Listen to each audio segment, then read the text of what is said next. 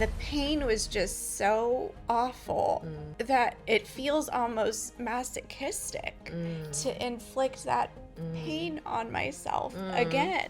Yes, you really can't trust everything on social media. They also have to like meet you where you're at because you're about to embark on a 10+ year relationship. Let's talk about it. How much did you pay in total, if you had to estimate, for all of her medical bills? Hey everybody, welcome back to the channel. Today I have my good friend Jen, the bun mom. Hi. And her bun bun. We have Fig here. She goes by Figgy. Figgy Nimbus.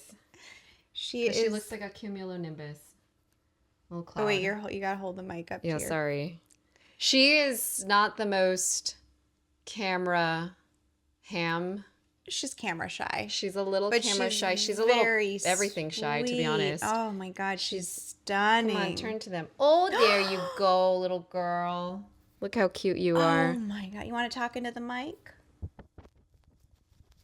I hope that goes through.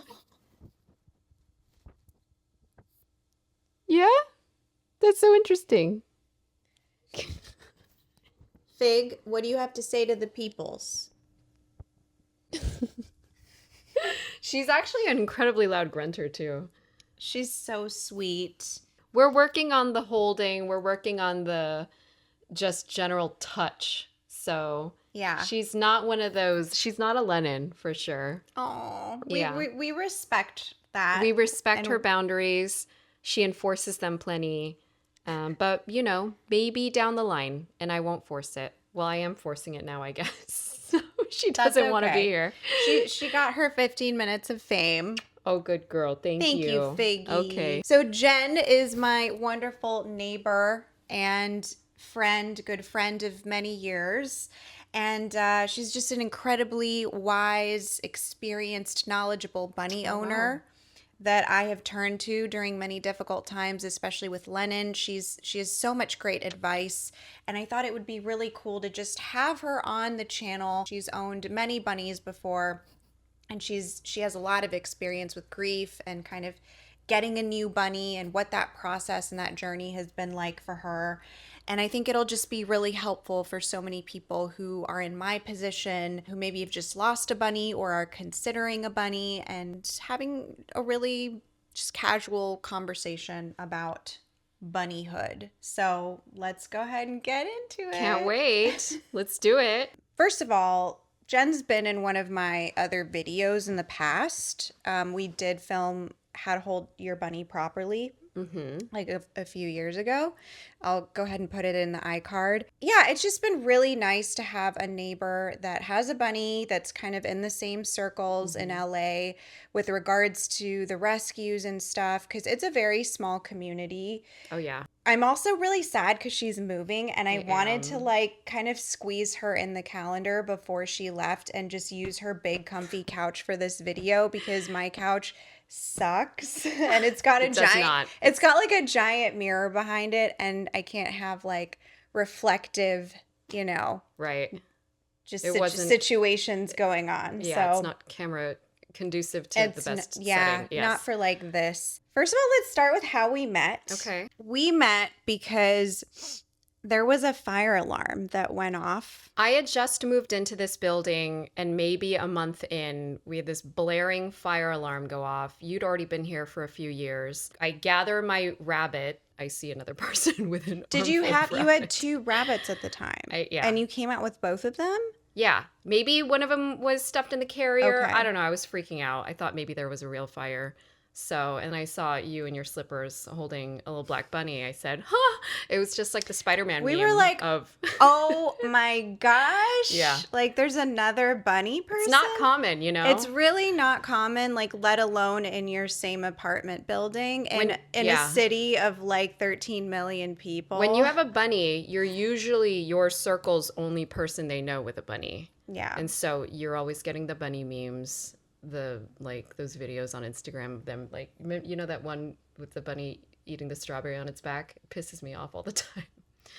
They're like filmed in Asia. I feel like I see so many that piss me off. I know. I just lose track, and they're weirdly exploitative, and yeah, I hate it. Oh yeah. Anyway, Like, long story short, you have to evacuate with your pet. And so we were all just like on the street in our pajamas and Mm-hmm. like looking crazy. And I Mm-hmm. think we even have pictures from that night. Probably. Um, I document everything. yeah.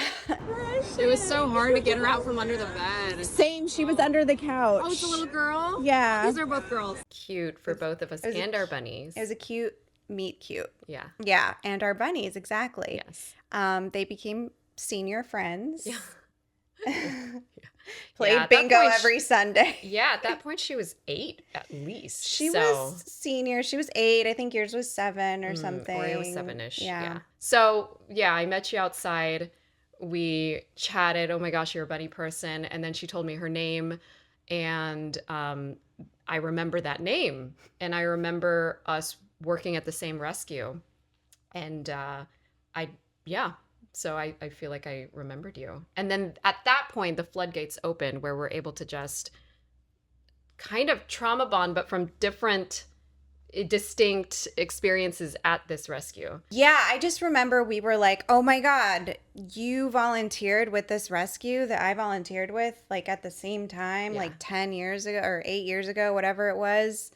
And it was just such a weird coincidence. Yeah. So we bonded over like having volunteered for this crazy lady and like how we escaped the cult of this crazy rescue in LA. You said it. Yeah. You said it on me. Yeah. Yeah. Yeah. But no one knows who it is. Okay. It's a very interesting rescue that's kind of set apart from the other rescues, I would say.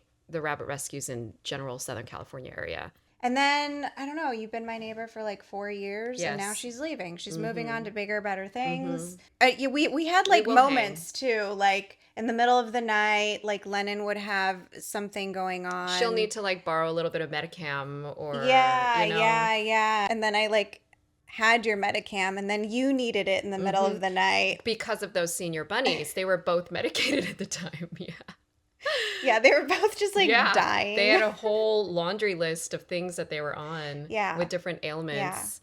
Yeah, that was tough. Yeah. So it happened to you first. And I kind of like, it was interesting kind of watching it happen to you first because I feel like I gathered a lot of data from that. And I feel like it actually helped me learn how to handle Lennon in her final months. That's great. And I also felt like what I was going through wasn't just unique to me. I think in the moment we might think nobody else has gone through this, but knowing that you went through it and so many others go through it, it just kind of like I think aided in maybe like letting go a little bit easier for me, because if you've never gone through it, and I hadn't before, in my adult, Lennon was my first pet for my like adult life. I wouldn't have known like what to expect, like the vet visits, you know, the talking to Chat GPT, asking for, you know, can I do this and do that? But I'll let you kind of take it away and kind of talk, you know, whatever you feel comfortable sharing, because I don't want you to like relive any traumas. But I used to also, you know, work at a rescue with Lorelei, and so I fostered many different rabbits, but I wasn't medically responsible nor financially responsible for any of those issues. I've had personally 5 rabbits and different ailments for each. I've gone through multiple bouts of GI stasis. You never know about the history of like a rabbit that you adopt, obviously. So my very first rabbit I got when I was in my early 20s, Paul Bunyan. He passed at 13. So he passed quite late. And I believe that the end was a result of kidney failure. It was really tough. He was my first bunny. He was the one who kind of, you know, started this whole thing, this whole mess for me that I love. What a blessing. Kevin unfortunately passed from a really bad bout of stasis that I really beat myself up over in regards to figuring out how I could have prevented it, what diet, you know, what part of his diet that I could have refined. Oreo was a foster failure. I just couldn't at a certain point after she was not getting adopted. I'd already bonded with her so much. That was really tough because she was so lucid and she was so herself still, but there was no quality of life improvement. And so we had to make the heartbreaking decision to let her go and have her live a pain-free life in heaven. B was the love of my life. Her name is B. Arthur. And she had developed ecaniculi, heart murmur, arthritis, fluid buildup around the heart. She was taking diuretics for that. She had stopped eating, so there was a lot of daily feedings. I But had a was B box. like your soul bunny? Oh, yeah. A lot of bunny owners out there, you understand the vast spectrum of personalities that rabbits have, just like any other domesticated animal. She was the golden retriever of all of my bunnies. So much personality and attitude in 1 2 pound package. I mean, she was the truly the love of my life.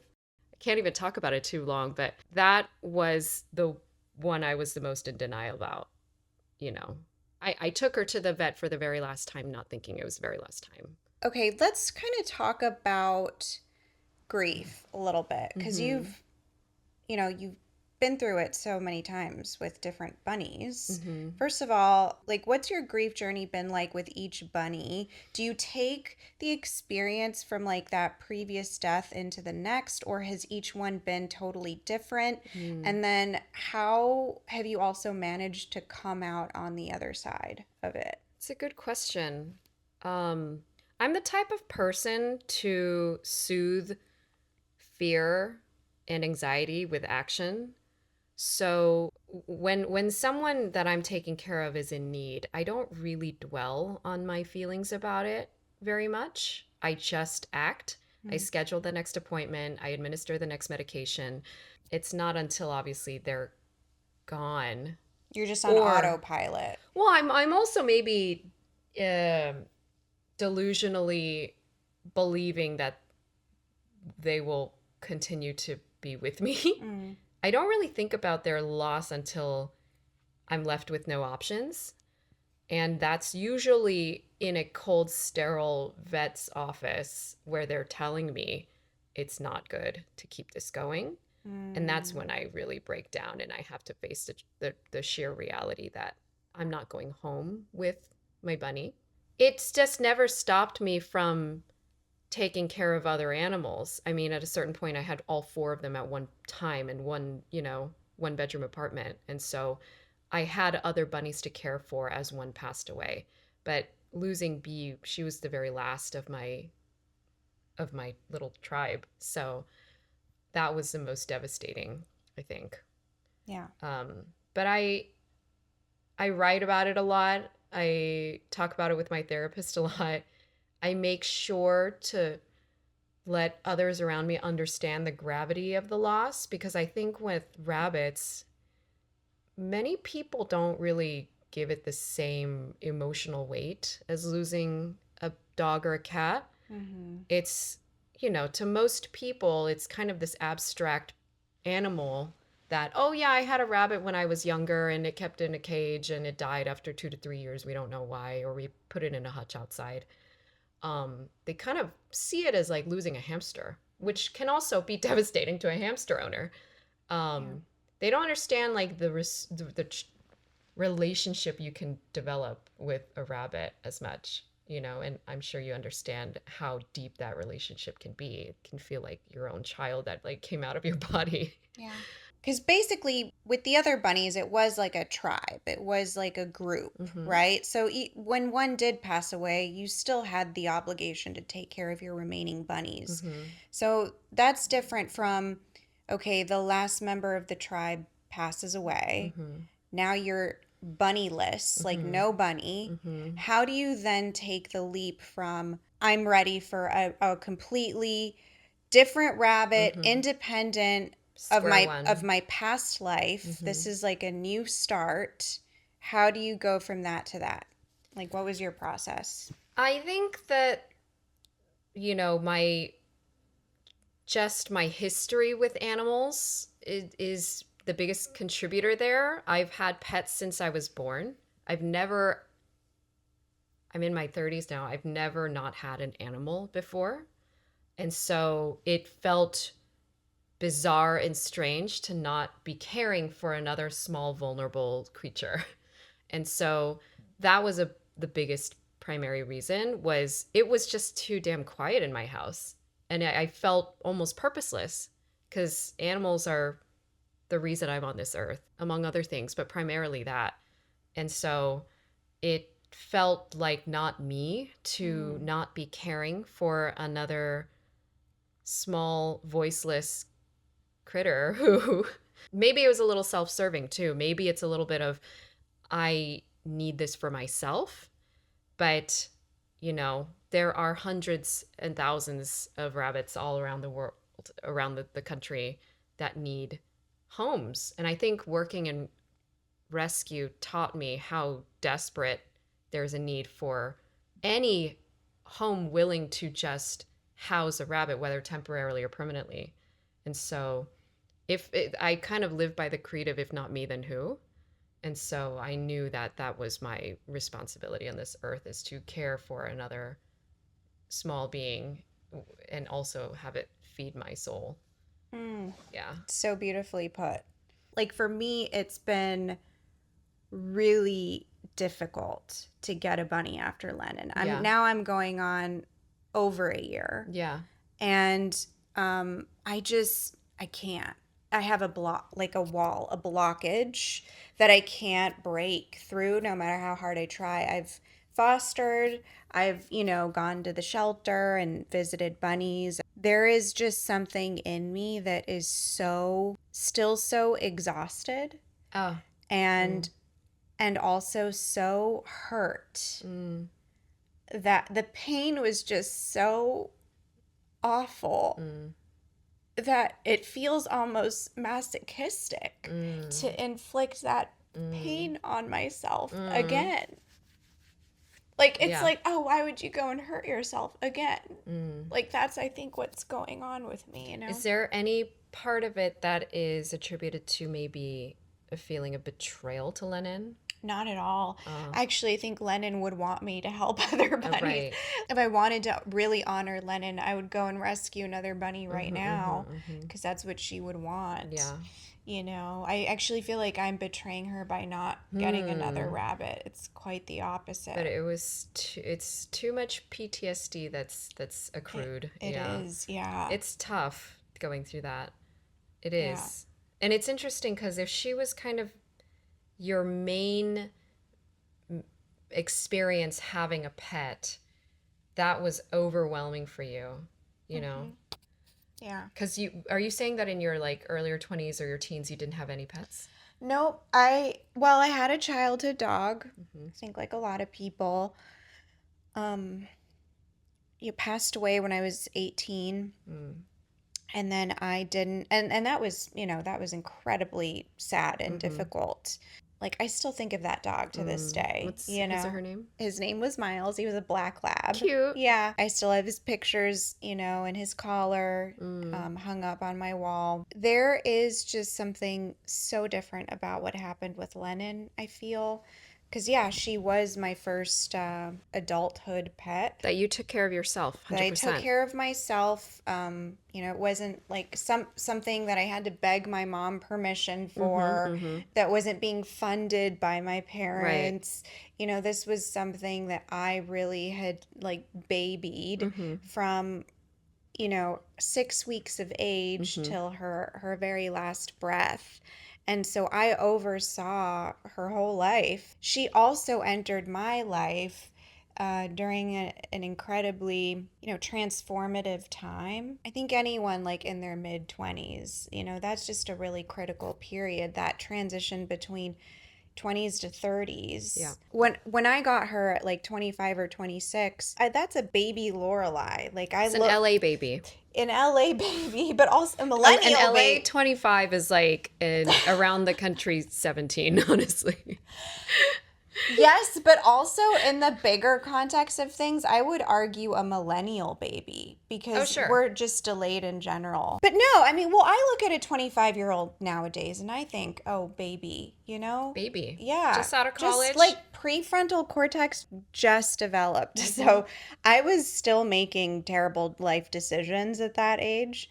And Lennon was really with me through this period of like learning and growing and transforming, getting this, apartment together, boys and heartbreak and graduating college, all these almost like not just milestones, but just rites of passage. And also, what we had was incredibly unique that I think there's really only, a handful of people on this earth who make content with their pets that could understand that we built this little universe around us, that it was like a bubble that we were just living in, just me and her. And Wow. and it was just such a beautiful thing that we created together. I always say we and credit her. Everyone always says, but Lorelei, you were the star of the show. What are you talking about? And I'm like, no. I mean, Lennon was, I always felt like my co-star. And Absolutely. I couldn't have, yeah, I was pulling all the strings, but I couldn't have done anything without her. She ignited this inspiration in me to be creative again. I had lost my creativity. I'm a musician and an artist, and I had kind of like swept a lot of that under the rug for a while. And she brought out this new side of me where I just wanted to like set my camera up on a tripod and film beautiful things about bunnies, Well, also she was which is receptive to it. Like she had the type of personality to be like, let's do it. Not every rabbit's like that. They'd be I fighting. It'd be a flurry of hair in the air because they've just scrammed. I mean, she was like, okay, mommy, let's do it. You know?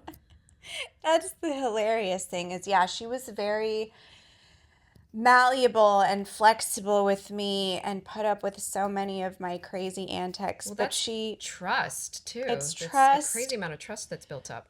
But also, I think that was part of the appeal Mm, of like why people even watched, because they were like, I want that mm, too. How do I achieve that? And so I mm, just wanted to help people destigmatize rabbits, get them out of cages, show them like what a happy bunny looks hmm. like, just free roaming in the In the home, right environment, hopping yeah. around. It was almost like Lennon loved it too. Hmm.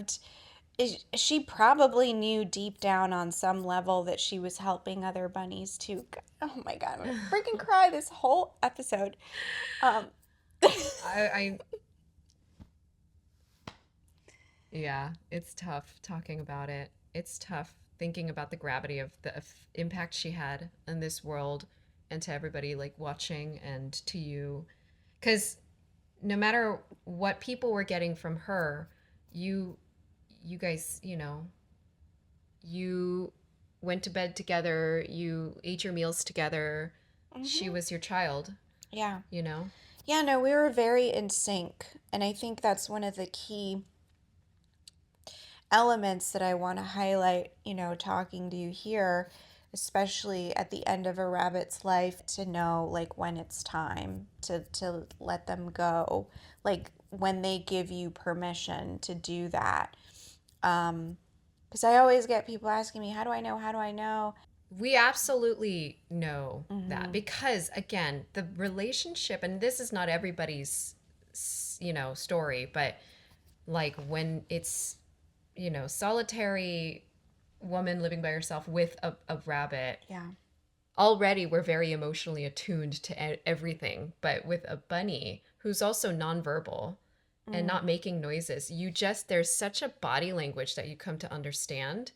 And I mean, we're literally waking up saying good morning and going to bed saying good night, and then you see each other's faces again, and let's go have breakfast. Like it's just so tight that any misstep in their in anything they're doing is Mm-hmm. so immediately obvious. Yeah. And so even when they're sick, I knew the moment like the light extinguished from her eyes, Mm. And so that's when I thought she's not actually here with me anymore. I'm Mm. just holding on to her vessel, you know. Wow. And that was tough cuz even oh, I know it's so hard. oh, oh man.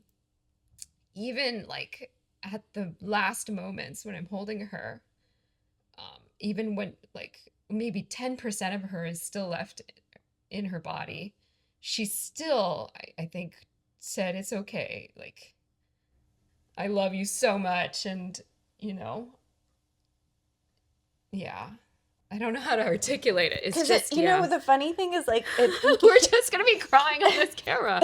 the thing is, like, it can't actually be articulated. That's the crazy thing. There really are no words because it's just feelings, you know, in those moments. It's just feelings. And um, the crazy thing is, like, we say that we know and we do in that moment, but prior to that moment, coming up to that moment, we're like in denial a little bit. Oh, a lot of it. Like, Yeah. but it's like you have this awareness. You know that they're kind of falling apart, but there's just a little piece of you that's like, I'm going to try to save you. And so you kind of like keep things going. I mean, in our case, we didn't have like a real proper diagnosis till it was too late. And, you know, you just come home with so many medications after each vet visit and you're just on autopilot and you're like, I'm going to like do what I can to keep you alive. There's a part of you that's like, this doesn't feel right. I can tell you, though, that my thought process with B was, my attitude inside was like, well, obviously you're going to stay with me forever. Obviously you're going to live with me forever, so we're going to keep going. Obviously, there's no way you're not going to be in my life, so we're going to have to, you know, syringe feed every 3 hours. That's just the way it is, B. Like, that's, you know, and I love you, and you're going to get better, obviously. Yeah.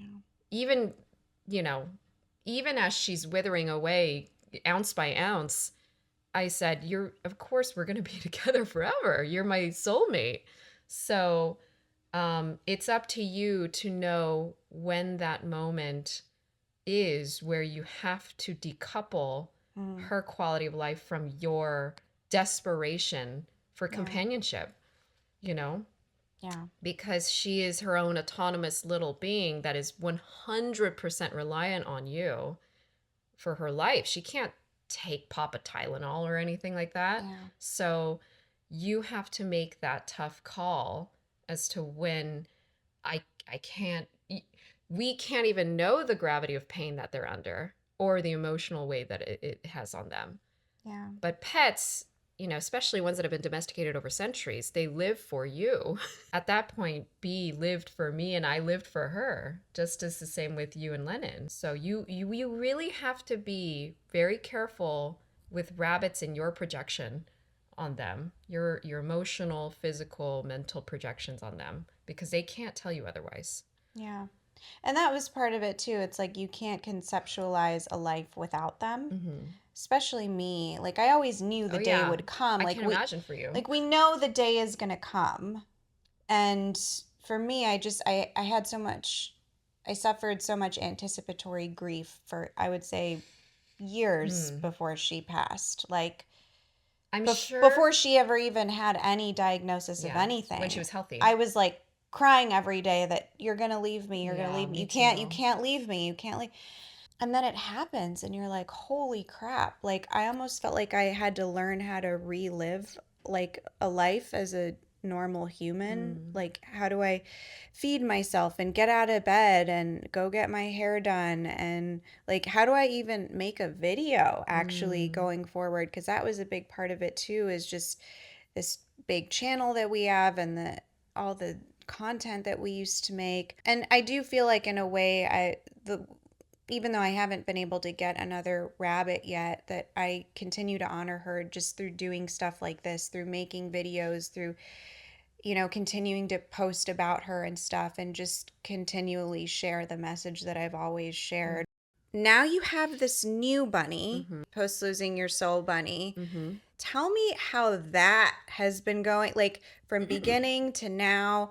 How have you been able to embrace her? Do you find yourself comparing her to B a lot? Like, what was that like? Because that's also been a big fear of mine, is getting a bunny and then being like, you're not like Lennon. Oh, yeah. When all of my other bunnies had passed away, it was finally just, I don't want to say finally, I don't want to disrespect the relationship I had with my other bunnies, but it was just like, it was just me and her, and we were able to finally just be together. And that was one of the most beautiful moments of my entire life. So I'm coming fresh out of that era of it's just me and my girl, just like it was you and Lennon for 10 plus years. Yeah. After she had passed, I had tried to challenge myself to just live in solitude for a little bit. Couldn't really handle that. And I was finding myself crawling rescues and looking at their Instagrams and seeing all the little bunnies posted. And I saw one, a little lion head, and I'd never had a lion head. I don't know anything about their personalities, but she was just so precious that I had to go meet her. And the thing is, you meet a bunny at an adoption event. You're in a 3 by 3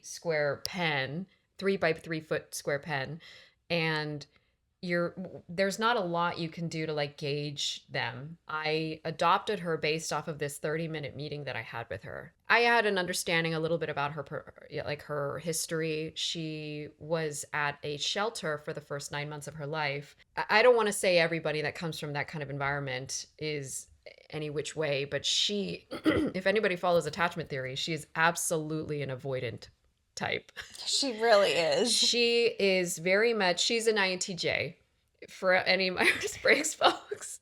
That's my astrology. She is really smart, incredibly intelligent, very perceptive, very observant, but she hermits when she's stressed, and she wasn't B. She wasn't a golden retriever. She was more like a lab.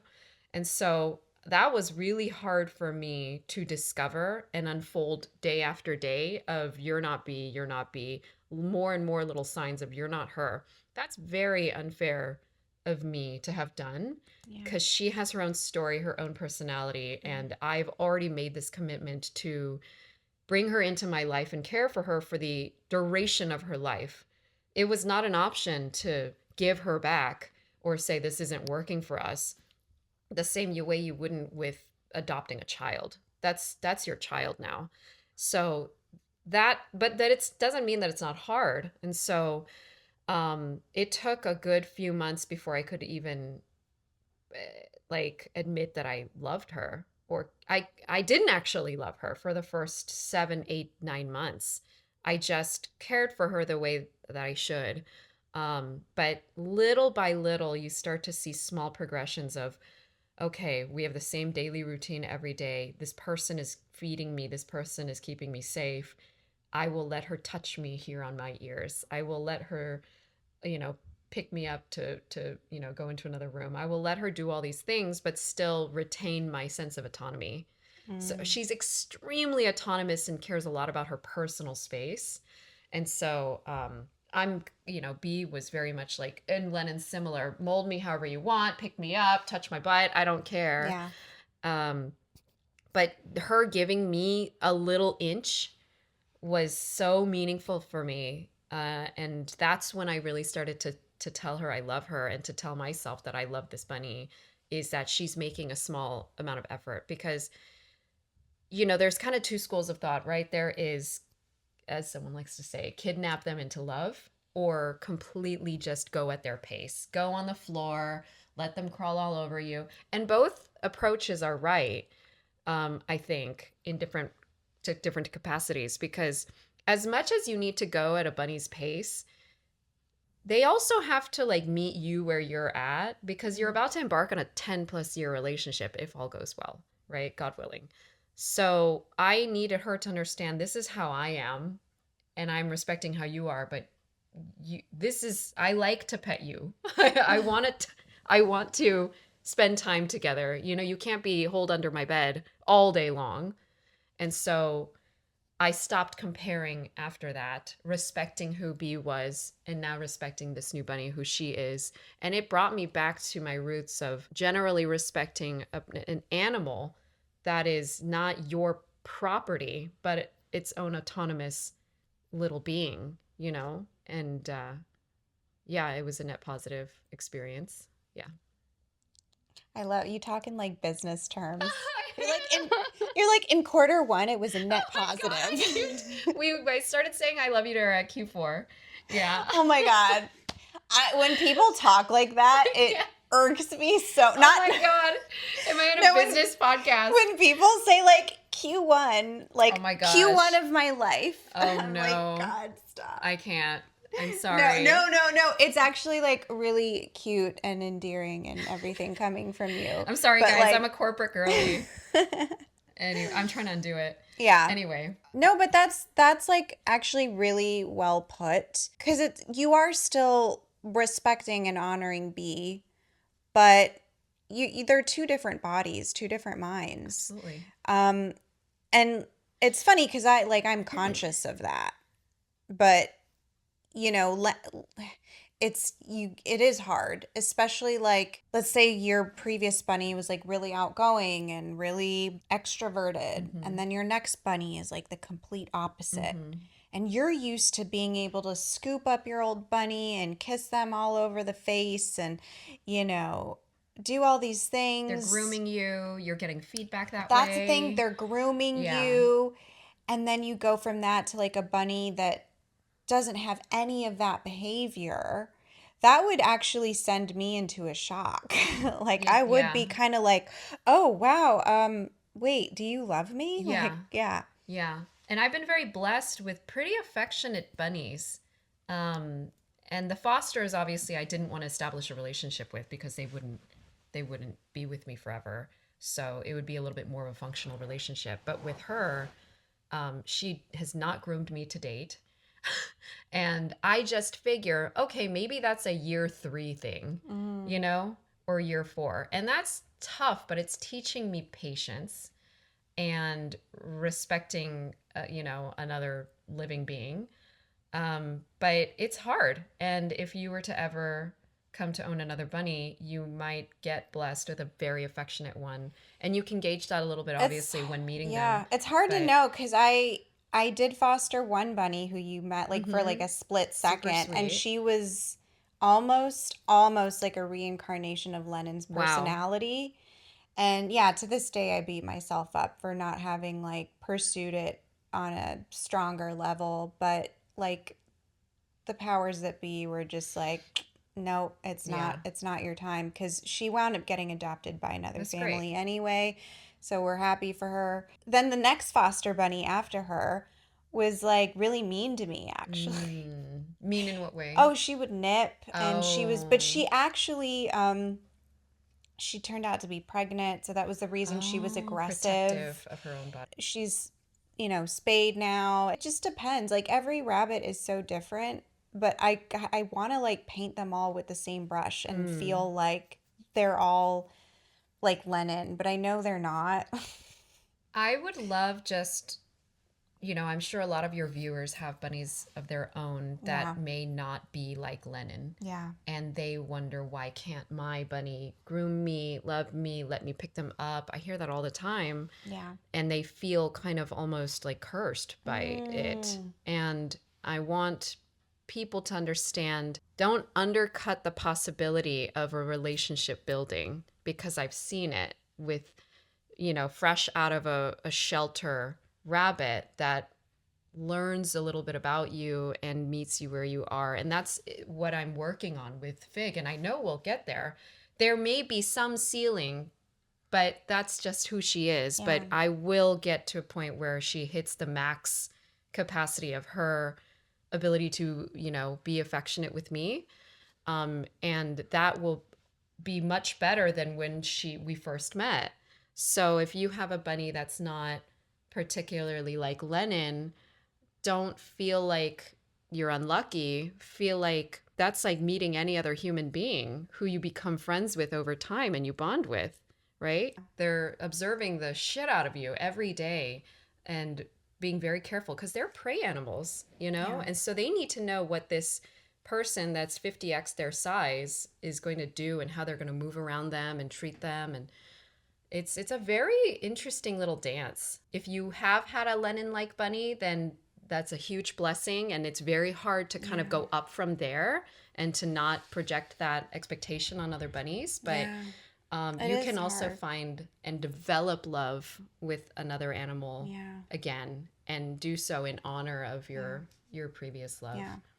Yeah, that's a really good point. I mean, that's something that's been brought up to me like for so long on the channel is, obviously not every bunny is going to be like Lennon. And I never wanted people to feel bad if their rabbit like couldn't just hop on a plane, and Right. just be like, cool. Yeah. Um, but what I used Lennon as was more to exemplify the potentiality of like what a relationship could become if you put in the work, versus not trying at all, which I think has been the majority of human and Like the bunny dynamic between them. dynamics, like Mm-hmm. up until the modern times, Mm-hmm. right? Which is the past few decades, which Oh, we've yeah. just started to bring them in the home and treat them like Very babies. true. Where before it was like you said, you live in a cage, you live on a farm, you're Mm-hmm. gonna get You're gonna hutch slaughtered. outside, yeah. Yeah, and now people are just learning now that like a bunny can love you, It's very true. So that was really Lennon was more of an exaggerated version of that, but it was to show people, what your rabbit could do and be if they were given the tools. Mm. With regards to like Fig, I Figgy. didn't remember her Figgy. name. I told you this like on our last conversation too, which I firmly believe that she is going to give you a gigantic kiss when you least expect it. It's Mm. going to be like on a random Tuesday, Mm.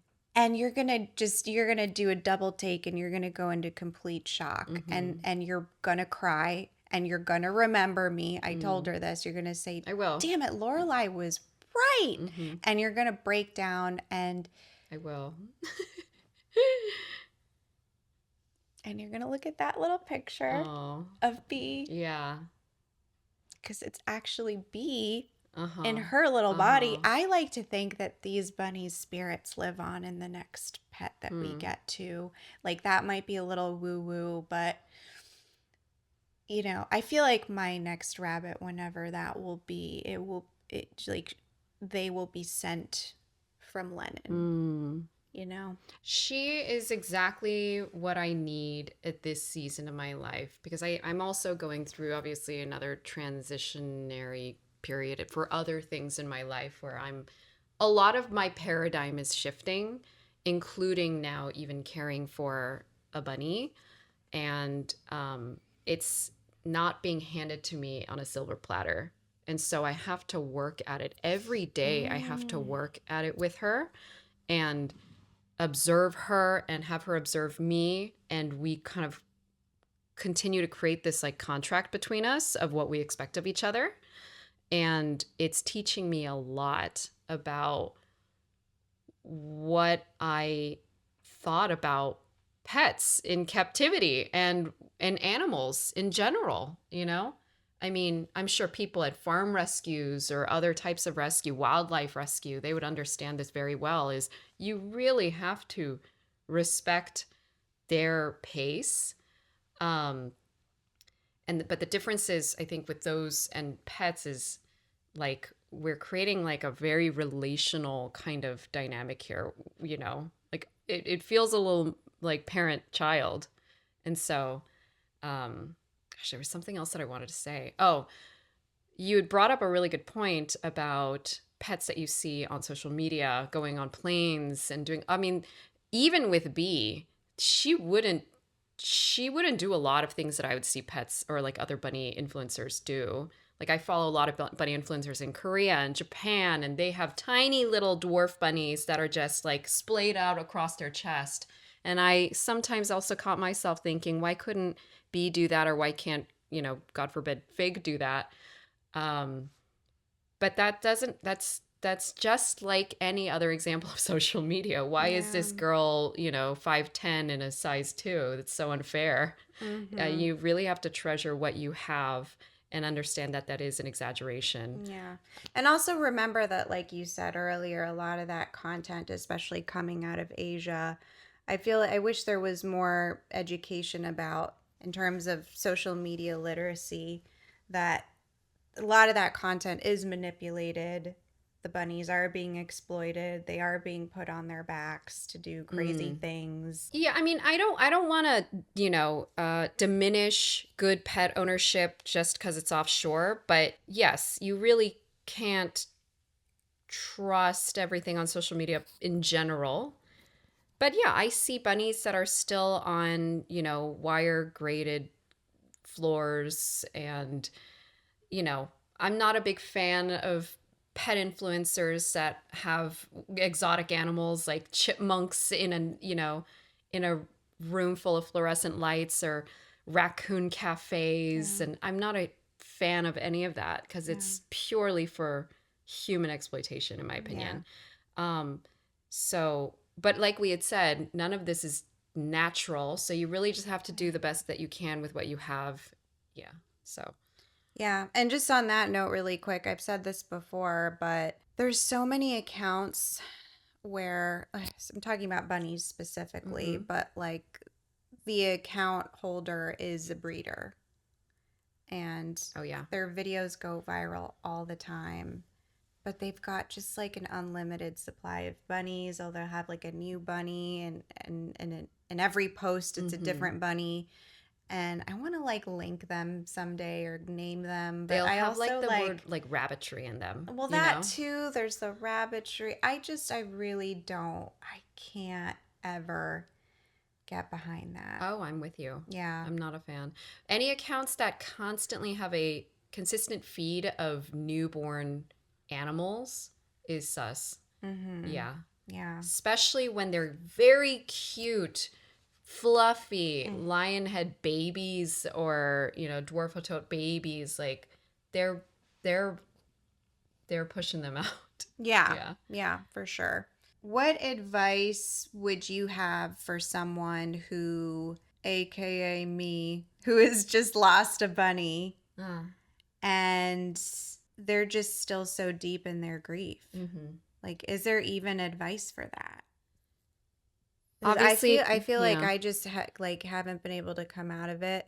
I haven't been the same. Mm. I kind of feel like a zombie every day. Like I'm Mm. just kind of waking up and like finding food, typing on the Living like a laptop, sim. and then like going to sleep, and then just like talking to Lennon all day, Mm-hmm. which is like not a great like life to be Yeah. living. I mean, time is a great teacher, obviously. You can't really rush too much, but I would say I'm a big believer of turning every stone. So if there's any pocket of that experience that you haven't yet fully processed, as painful as it is, I don't think you'll be at peace until you come to peace with that thing. Whether that's the vet trips or the syringe feeding at 4 a.m. or the panic of finding them nibbling on something they shouldn't have, or seeing them, waste away slowly. It's really painful and no one's denying that. But if you want to kind of release yourself from that pain, you kind of have to either talk it through, write it out, express it, and emit it from your body for you to say, I did the best I could. And I'm so blessed to have even gone through that experience and to have even provided her that level of care compared to hundreds of thousands to millions of pet bunnies out there in the world. She was incredibly lucky and she felt every ounce of your love while you were doing that. Yeah. And if you just give yourself a little bit of credit for having done that and release yourself specifically of the guilt that anything you didn't do or did do contributed to that, you have to absolve yourself of that. And that way you'll feel, I did what I could and I'm to ready to give another bunny that same opportunity. Mm-hmm. You don't have Yeah. to have another pet if you don't want to. Yeah, no, and Yeah. that's the other thing too, talking about comparisons, especially on social media. I feel the pressure because I see people getting a new bunny or a new pet or a new dog like within weeks or months or definitely under a year. And they keep things going, keep things moving, and I go, there must be something wrong with me that I must be deficient in some way that I haven't been able to come out on the other end. Like, is there something wrong? And I also just want to, express to my audience that it's okay if you never get another rabbit as well, because there are a ton of people who, not even just with rabbits. I have friends who, like Wade, he can never get another dog again, after his dog passed. I mean, there's sometimes it just strikes you in such a way. Some people never get married after they lose a spouse. I mean, there's no right or wrong way to grieve. But I think it's just important to acknowledge your grief and not rush yourself. For me, I still have a desire to help bunnies, and maybe that desire will be expressed through content or, volunteering and rescuing and not so much owning again. But maybe it won't. It's just hard to say. Well, you're going through a very necessary period right now. Yeah. So let it pan out, Yeah. and see what happens after that. Yeah. You don't Exactly. need to kind of jump ahead and see what happens chapters ahead. Exactly. I just think if it happens, it happens, and it'll be in a natural way, and it won't be me going to get another rabbit just for the sake of, oh, I've got to make content. I've got to, Oh, for sure. I just want it to be a natural thing, and it was natural with Lennon. I think it's also one of those things, like one day you just wake up and you just know. You're like, today's the day. You know what I mean? And I just haven't had that epiphany yet. So, Yeah. I also, there are some pet influencer accounts where it makes me a little sus at how quickly they get another animal. Maybe there's a little, whether they want to admit it or not, maybe if I'm right or wrong, it just, maybe there's an ounce of, I'm going to lose my audience if I don't have another pet to present. And so I'm really glad to hear you say that I'm still providing valuable information and content in honor of Lennon without having necessarily to get another bunny. yeah. I mean, this is like they're getting new pets like weeks Yeah, after. and I feel the pressure too. Like I always, knew that I would like lose part of my audience or whatever. And there's people who like they want me to get another bunny so I can be happy or whatever. But I mean, there's really no just suddenly becoming happy. It's just it's like a process that I have to go through. I would trust me, I like would love to have a bunny to make videos with, like on the regular. But the financial thing too. It's Oh like my God. so damn expensive. I mean, Oh I'm my not trying to God. scare people, but like How much, let's talk about it. How much did you pay in total if you had to estimate for all of her medical bills? from like the beginning of her life or just the end of her life. Let's say the end of her life, because I think people understand how much hay costs, how much getting veggies weekly The end costs. of her life, I feel like I lost track. I mean, let's just go for like the last 3 years. Maybe like 10 grand. Yeah. Which, stretched out over 3 years, Yeah. not so bad. If you're counting, number. like, especially in the last few months specifically, I would be walking out of the vet's office just dropping G's, like on a weekly basis. And I was just like, yeah, digging into my savings at that point. And that scares me a little bit, committing to that too. You would like to think, oh yeah, it just happens at the end, after, at the end of their life, but you can't predict that. What if your 3-year-old rabbit gets injured and that's something you can't predict or control? So hard to know. Yeah, But yeah. Oreo started having dental issues around 4, so we were battling it for a couple of years. But on my end, it was with her probably about 10 grand over the course of maybe 2 years or so, and then with B, another 7 or 8 grand. I think in the course of 3 years. It was a lot. I mean, you can add those two numbers up. yeah. But we also live in a very high cost of living city. Yeah. I was, again, working that corporate job. And so I really didn't think twice about paying these bills. She also had a stint in the ICU that cost me a good amount of money. And these are things you really have to be considerate about. I had 3 of my rabbits on rabbit insurance for a while. Because they had raised their premiums, I had removed B from the plan because she was so healthy, which was a dumb move on my part because maybe less than a year later, she had developed all these issues. Oh, shoot. Again, you never know what's going on in their little tiny internal systems because they don't freaking tell you. That's the thing. And also, like, for those especially who have like purebreds and stuff, Yes. I know a lot of yours were mixed, Mhm. right? But I mean, Lennon was a mutt, and I was incredibly, incredibly fortunate that she went the first 8 years of her life without any major issues. She really just fell apart in the last 3 years, I should say. But that again, it either happens early in the life or late in the life. You can't control it. And there are rabbits who wind up having lifelong illnesses they contract when they're babies. Special needs bunnies. Special yeah. needs, E. caniculi, which the majority of rabbits have, Lennon had. Yeah. But they deserve the same chance to live as any other pet. You're not going to put your dog down because you can't, Yeah. And some can't- people do. Well, they do that. it, which is which is super sad. unfortunate. I mean, Yeah.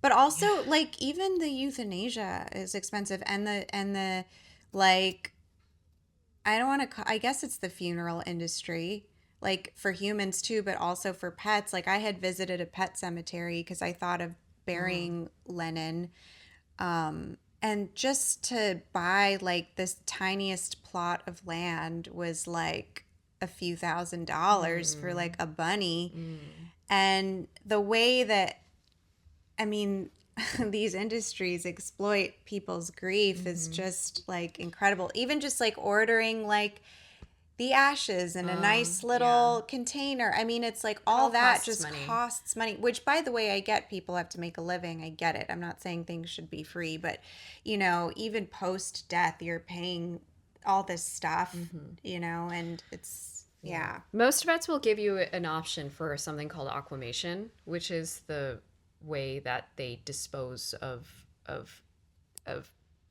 past pets in kind of a My more friend bulk did that, kind I of way. think. Yeah. What I like to do, and I have with all my bunnies, is I clip a little bit of their hair and I put it in a small, tiny mason jar with like a little dried flower in there, and that helps me keep a little bit of them. And they all have such distinct like hair patterns, so I can tell which jar is who. Yeah. But this is not to scare anybody away from bunny ownership. I think after, several 10 years of videos, people understand that bunnies are a commitment. But Well, and also it's like it's just you have to know these things because I never thought about any of this stuff when I first bought Lennon on a whim, pre all of my knowledge about even adoption and just doing the right thing and all that. I mean, I brought her home, and not once did I ever think, I'm going to have to cremate you. Because it's just not something that you think about when you first get a bunny. And so I feel like even this process was a learning experience for me, which the irony is I'm the educator, but I never had the experience of the end of life of a rabbit. And so that's why I looked to you and everything you went through, because I kind of had almost like a pre-warning a little bit of like when you told me like some of these symptoms and just like you said, losing kind of the light a little bit in their eyes and the spark and all that. It's like I kind of knew what to look for. And I was also grateful that my dad was able to fly in and he kind of told me, you'll know. And people say that all the time, and you don't know what the hell that means. What do you mean I'll just know? But you do wind up just knowing. I don't know if I knew. I was still fighting to the very end. But you'll know when their little body's too tired to continue. Yes, Like, that's the thing exactly you'll it. know is you know your child, you know if they have any fight left in them, and the moment that they are too tired and just want to rest, you have to let them rest. Yeah. Yeah. Yeah. But and that's them communicating to you that they're also that like they're giving you that permission. Just like all animals, they're designed to survive, right? And so they're going to keep going as long as they can as well. I mean, Lennon fought. She was Mm. still, taking her critical care and all that And being and affectionate with you and throughout. doing what she could to just be with me. And the day that I let her go, she just gave me that permission. It's exactly what you said. She was like, I'm tired and I'm ready. I understand your hesitation to like redo that, but compare it to the immense amount of love that you Yeah, guys well, i shared. don't i don't regret, I Yeah. mean, ever having gotten her. And it's better to love and to have lost than to Mm-hmm. have never loved. That saying I completely agree with. But yeah, the hole is big. The Mm-hmm. hole is big, Do you feel the hole is slowly filling up a little bit though? No, I think that hole will always be there, But but getting smaller and but smaller? I think no, I think the hole will always be the same size, but there like is there still room in my heart? Mm-hmm. Yeah, it Mm-hmm. hasn't take it's my whole heart doesn't have a hole in it, Mm-hmm. just a part of it. And I think that's important to recognize. Mm-hmm. There is still space. There's Mm-hmm. still love there. Love, and it just doesn't have anywhere to go right Mm-hmm. now. And love that can take other forms. Yeah, Yeah. exactly. Well, love transforms as Yeah. well. It never dies. My mom always says that. Yeah, it's energy. Ooh. Okay, just like guys, this is so freaking sad. It's just energy, bro. You went from I businesswoman know. to hippie. I know. Talk about woo woo. All right, guys, so that's it for this video. I hope you liked it. I hope you enjoyed my conversation with Jen. She's just such a sweet girl. Do you want me to plug your IG or no? Or your nail IG? Sure. All right, well, I can like put the text Yes. here. Yeah.